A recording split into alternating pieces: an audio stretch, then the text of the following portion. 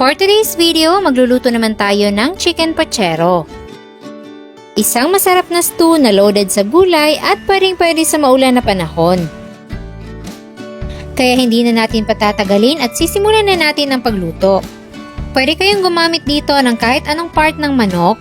Then, start lang muna tayo sa pagpapan fry ng patatas.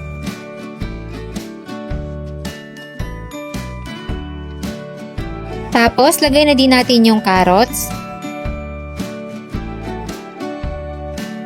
Mga ilang minuto lang at pag meron ng toasted parts, pwede na natin yung hanguin.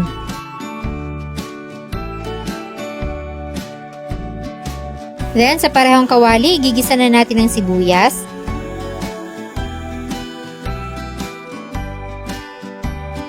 Next, ang bawang.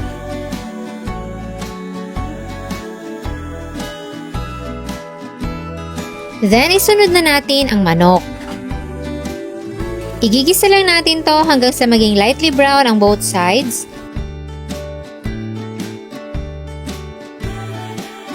At titimplahan natin ng patis at black pepper.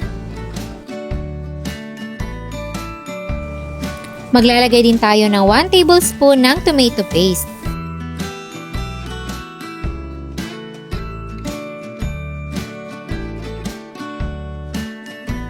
Tsaka tayo maglalagay ng tubig enough na makover yung manok.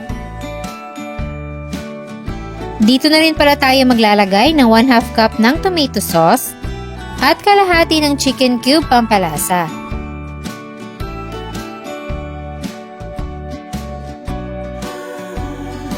Tapos simmer natin ng mga 15 to 20 minutes hanggang sa ma-fully cooked ang manok.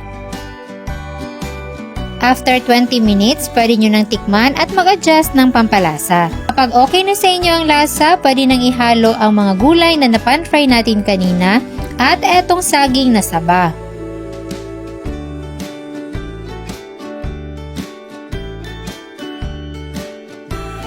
Simmer ulit natin to ng 3 to 5 minutes hanggang sa maluto ang gulay. Then, i-add na natin ang green beans at yung stock ng pechay.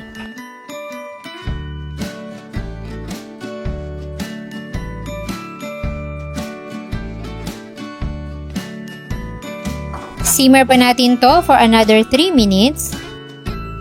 At huli nating ilalagay yung dahon naman ng pechay. Takpan lang muna saglit.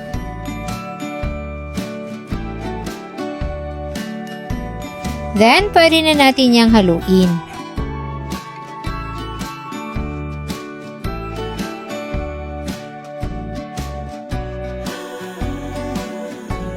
So ayan, ready for serving na ang ating napakadaling chicken pochero. Kaya ilagay mo na sa listahan mo ang recipe na to.